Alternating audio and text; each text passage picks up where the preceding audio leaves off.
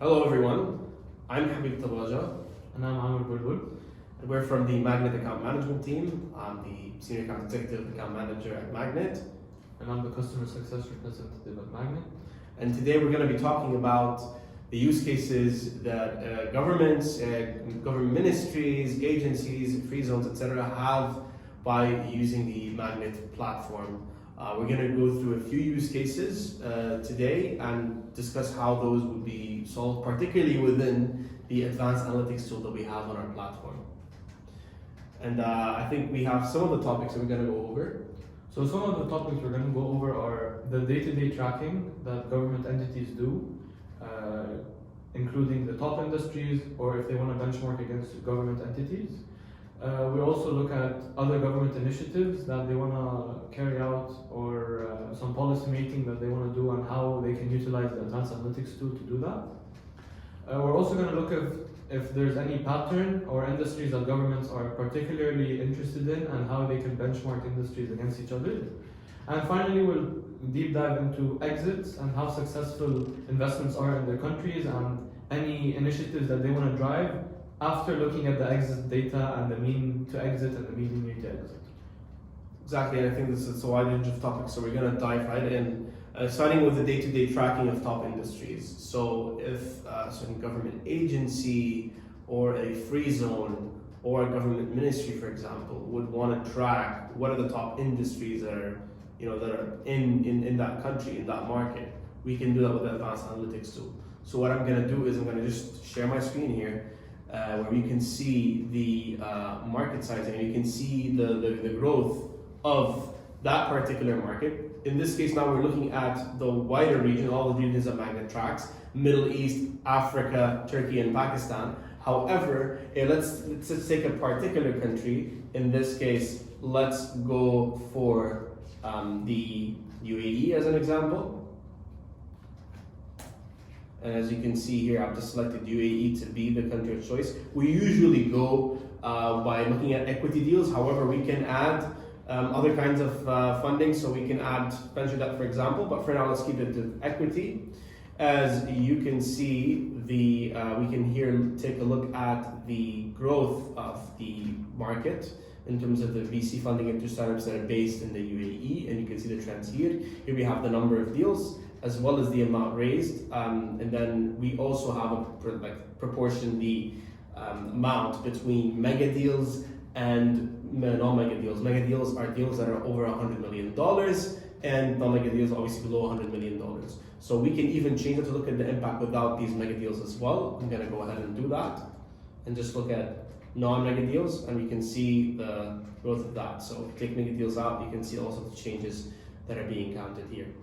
And then going back to that, we can even look at, for example, we can focus on early stage funding, for example. Like we want to look at pre-seed, pre-series A and seed funding, and we can even look at that and see that this is how the growth was. And you can see definitely a pattern of growth in early stage funding in terms of the amount, at least, and also around the number of deals between 2019 to 2022. And obviously we're just getting started with 2023, but you can see the numbers there. We can also look at it quarterly, monthly, to be able to look at that, and also even like zoom in on a particular industry.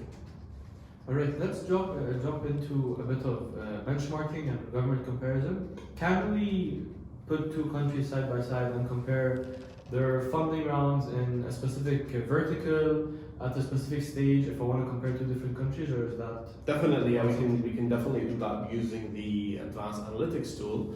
This would go actually in the geographical benchmarking, which I've just started to share.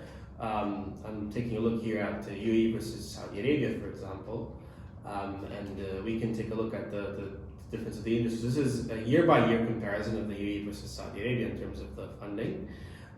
And then the growth of that, and you can even see here that if you want to go ahead and compare it at only like early stage funding, like we did before, let's say I want to look at pre-seed, pre-series A and seed funding only, which I consider to be early stage. Mm-hmm. You're free to define whatever you define as early stage or late stage, and put that within the stage figures, we can see the growth of that and the comparison between the UAE and Saudi Arabia, which are the one of the top three markets, two of the top three markets in the region alongside Egypt. And other than that, also what we can do is, let's say we want to compare, we compare them across industries as well. So I've just went back and removed the stage filter. What I've gone ahead here is I'm going to go ahead and look at the comparison across industries, particularly funding across industries between the two countries in this case. So if I go ahead here, and this is across multiple years, but let's say I want to look at 2022 only, that being the most recent full year that we have, and we can take a look at the top industries here. We can even show more industries. We can show like 10 industries. Let's have a look at that and how it's going to be. We can see here the differences between the two. So obviously you can see that fintech in the UAE is leading versus Saudi Arabia. Real estate also. We can even look at agriculture and healthcare. But for example, the areas that Saudi Arabia has more funding in is e-commerce and retail and transport logistics and enterprise software. So this is where you can have like a head-to-head comparison of the industries in each country and look at them side by side. Cool. Moving on to a bit of how this amazing feature can help governments drive initiatives and policy making and maybe utilize some of the events like LEAP. We all know LEAP happened in KSA. So how can we merge these two together and make use of this platform in that sense? Well, I think one of the greatest ways that MAGNiTT can potentially look at that and basically project that in sort of a market map. So we have something called the market map feature. We've launched a publicly available one for LEAP that looks at startups that participated in LEAP, and we're going to take a look at it right now. So this is a publicly available market map hosted on the MAGNiTT platform. And the idea is we can do more of these, specifically on clients' websites as well, but it'll be hosted on MAGNiTT servers. The idea is that here we have all of the startups that participated in LEAP, looking at them by country.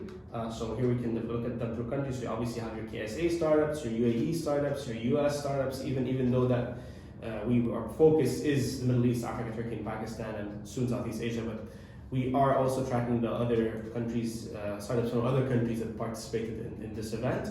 We can also even divide them by industry. As you can see here, we have a visual representation of them by industries. Lots of fintech startups, followed by enterprise software, IT solutions, transport logistics, e-commerce and retail, and advertising and marketing. If we just also take another step and we look at sub-industries, so we look at more industries here that are sub-industries as a result of that. You have e-learning, you have your payment solutions, personal finance and wealth management, etc. Business type, this is where we look at what's, for example, B2B, B2C, and B2B2C, and also B2G and platforms. So we also have that here. And what's great is that if you click on that particular startup, you'll be able to go to their profile and learn more about them if you have access to the MAGNiTT platform through the subscription. If you don't have access to the subscription, you can still see the market map and interact with it as it's publicly available and be able to look at it that way. Another view that we also have on the market map, and I think that's really great, is showing the trends, right? So this means the funding. We have a more advanced view of this in advanced analytics, but just because this is a publicly available one, we wanted to show the trends that have happened to these startups that participated in LEAP. We can clearly see that from 2018 to 2023, there's a massive growth, particularly in 2023. You notice that $122.5 million of funding was received by these startups that participated in LEAP, with a lot of those deals actually being announced at LEAP itself as well. So you have that there, and you can also see the number of deals changing as well between the years. And obviously, year-to-date so far in 2023, we have $122.5 million and across 8 deals, versus in 2022, this was $41.3 million across 32 different deals. What's next? All right, so what's next is we're going to jump into a bit of pattern and industry analysis for government entities and how they would use the data for. And finally, we'll talk about how government entities can use advanced analytics to find more value in terms of exit research and all the numbers behind them, how many years it takes to exit on average, depending on the stage of industry and so on and so forth. So we'll hop into that right away. One question that we often get asked is, can we use the advanced analytics tool to see any patterns within industries or geographies that then government entities and agencies, free zones, etc., would use that, to help with their policy making, research. Can we do that through advanced analytics, Amer? Yes, we definitely can. So one of the many questions we always get from our government clients is they want to know the data regarding startups, not necessarily regarding funding and the number of deals. So they want to know how many startups raised funding in specific number of years in a specific industry. So on my screen here, I've picked the top 3 countries in the region, which is UAE, Egypt, and KSA. I've picked fintech, and I've just compared the last 3 years. So this is how we know that there are 68 funded startups in UAE versus 41 in Egypt, and also 41 in KSA. So the interesting thing about this chart is you can compare region, country, primary industry, sub-industry, and stage. So let's say I want to dive a bit deeper into the round size or the round category, I can do that as well. So let's say I want to only focus on pre-seed, pre-series A until seed. So pre-seed until seed, we can click on that and we can see that in the last 3 years, UAE had 45 funded startups in the stages we picked, 31 in KSA and 29 in Egypt. So this is a really important tool that helps government drive initiatives once they benchmark themselves versus other governments in specific industries. So they know that maybe they want to run a new program, or they want to help VCs in the region to push for startups in the fintech space to catch up to the competition against them. So that's another cool important tool. The second important tool that is on the screen now is a breakdown of the percentage of funding in different stages. So on the screen you can see that in 2023, 26% of the funding, this is in all our countries. So if we break it down into, for example, UAE, you can see that in UAE in 2023, 32% of the funding was in late stage. So government entities are really interested in these numbers to see where the money is going, because that's a big question that they ask. So they want to know in the UAE, where is the money going on like where the top players spending their money, which stage, and how much and how many deals exactly. So we can dive a bit deeper and click on, for example, fintech, right?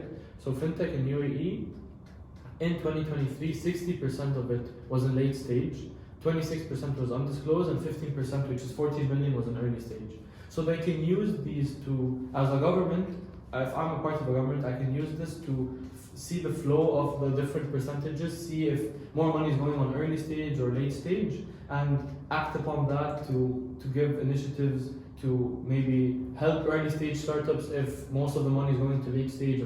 Can we also talk about exits, for example, in countries, and also help to understand what is, for example, a lot of questions that we get asked around the average year to exit of a particular kind of startup in a particular industry in a particular country.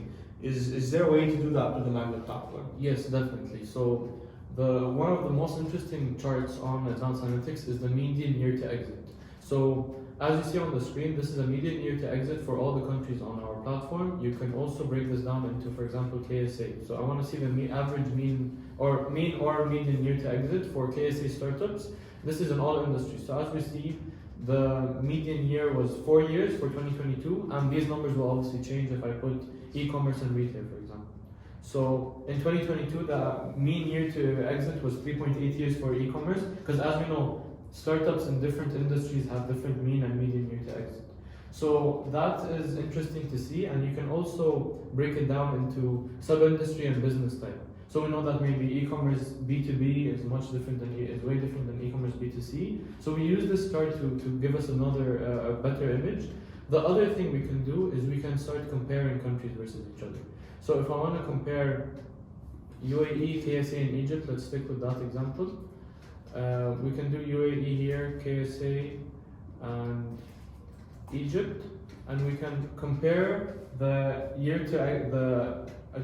exits, the number of exits in different countries, and we can also use the primary industry filter that we have to check. Okay, so there were in 2022, UAE saw 32 exits, 17 exits in Egypt, and 10 exits in KSA. And as we all know, in the report that we published at the beginning of the year, we expect to see a huge number of exits in 2023. So this chart can really be used as a tool to check the comparison and benchmark against industries. We expect the number of exits to continue on its upward trend, and I think we can clearly see that happening in the chart that Amer is sharing now. Overall, we can see the definite increase overall since let's say since 2020 towards the upwards trend. So again, the purpose of these tools is that we can show a live, if you want, image of the market, what's going on in terms of industries, in terms of exits, in terms of funding stages, where the money is going in funding stages, the top funded industries, the top funded countries, comparing industries across different countries, knowing who the top players are, and also we can also do that with our investor ranking tool that I'm also going to show in a second.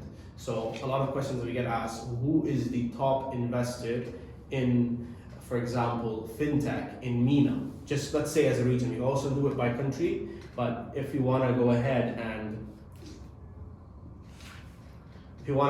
and also look at that, let's go to one of our tabs here, and I'm just going to go to the investor ranking tab.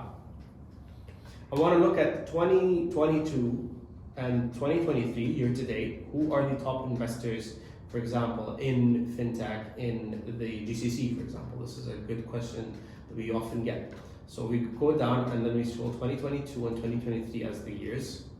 We can then select the investment countries, in this case, Bahrain and Kuwait, Oman, UAE, Saudi Arabia, and Qatar, the 6 GCC countries, and then press enter as the investment country. Following that, what we can do is look at fintech as the industry, and then I will be able to get the answer and then sort by the estimated capital deployed.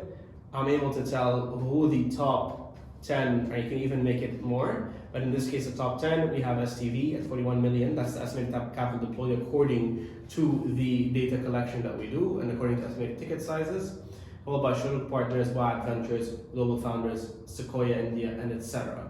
So I think it's a really great tool to be able to see that, to have visibility on who the top investors are in these startups in a particular industry. We can even go down and narrow it down to stage if needed, as all these filters are available and applicable within the advanced analytics tool. So how can government utilize this feature? Because it's more of an indirect feature that they can utilize. So can you give us a bit of insight on how they can use investor ranking if a government entity is looking into this? Well, for example, for starters, they would know, for example, who the top investors are for a good reason. They might want to reach out to them, offer them incentives, and also, as you know, within our platform, all of these investors listed there they have profiles, and in their profiles you can see what they've also invested in across the regions that we track and the countries that we track. And the great thing as well is that 81% of the investors that have made investments that have been recorded on our platform, at least 81% of them have at least one contact detail. Which means that you can find their personal email there, their personal work email that you can reach out to, and it's a great tool to just see who the top players are, to connect with them. Potentially you want to host an event, or personally you want to reach out to them for an initiative. This is where you can at least know who these investors are, and also reach out to them to communicate or to have them to collaborate with them. Alright, cool. Very insightful, very helpful. One thing I just want to get right into before we close off the video is so if a lot of other questions we get, Habib, are so governments want to know what's happening in their country more than what's happening in other countries. So let's say they want to benchmark different industries versus each other in terms of maybe exits, in terms of maybe funding. We do that. We do have those numbers as well. So I'm just going to share my screen really quickly, and I'll show you a few examples, Habib, on how you can do that. So under the industry benchmarking tab, we have a funding comparison. So I picked, for example, KSA, and I was able to compare in KSA you have the top two industries in KSA, which is fintech and e-commerce. So over the years, I can see where the money is going in fintech and in e-commerce and benchmark them versus each other. The other cool thing I can do is I can just check for a deals industry overview. So in KSA, I can check for the deals in, let's say, fintech again. So I'll see where the numbers are going between 2 years. So in 2022, we had $51 million in fintech in KSA. In 2023, we have $6 million. So this is a bit of insight as to, okay, is the number less than 2022? Should we do something to drive fintech? Maybe fintech is not the top industry anymore in KSA. We should focus on e-commerce or education or transport and logistics, so on and so forth. The very last chart that couples this is the exit analysis chart in a specific country. So in KSA, these are the top industries that had exits over the last year. So I know that, okay, so e-commerce is big on industries, was big on industries last year. The year before that, it was media and entertainment. So I use this chart and the chart before to work around what are the hot industries, because that's what government wants to know. In addition to benchmarking versus other governments, they want to know what's happening in their own country. So I think these two charts can be very, very beneficial. So anything you'd like to add before we finish it off?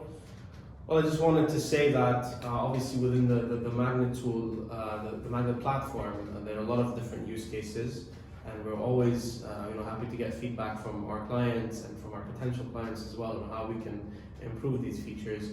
It's really great that also one very important notice is that we do publish our reports. The reports come with the insights, human written insights, and also like our analysis. But in addition to that, the advanced analytics tool, it's a great way to look at data live, as in you don't have to wait for the report to come out. As soon as this information is added to the platform, you have new funding rounds, you have new exits recorded, it'll be added to the advanced analytics, and it refreshes around every 4 hours, I believe. But the idea is that this is a live chart, this is live information. If any information is added or amended or removed, it'll reflect within the advanced analytics tool fairly quickly. And I think it's a great tool to be tracking generally what's going on in the markets and benchmarking using a live tool. And again, MAGNiTT also offers a lot of other ways. We can also look at startups within our directories tool, investors as well, according to certain criteria, like what industry they focus on, what stage they are at, what stage they focus on for investors. And also we recently launched our funds directory to look at funding, to look at funds in the region and fund managers as well as their LPs. So quite a lot going on the MAGNiTT platform. Really thank you for your time. Please, if you have any questions, feel free to reach out to us. If you're our clients, you know our emails. If you want to reach out to the sales team, feel free to reach out to the sales team. I believe it's sales@magnitt.com. And we're always happy to answer any questions that you may have about our data, platform, methodology. Happy to always discuss that with our audience and with our clients. Thank you so much for your time and have a great rest of the day. Before we close off, what if I want to try advanced analytics and directories? Can someone offer me a demo or a trial? Can I play around with the platform before subscribing, or is that not the thing? That's definitely possible. We can definitely arrange a trial for a prospective client, and happy to also guide them through the platform and showing them the different features and how they work. So make sure that they are getting value out of it before they take a decision to get a subscription with MAGNiTT. Cool. Great sitting with you, Habib. Great sitting with you, Amer. Again, guys, thanks again for your time and have a great day.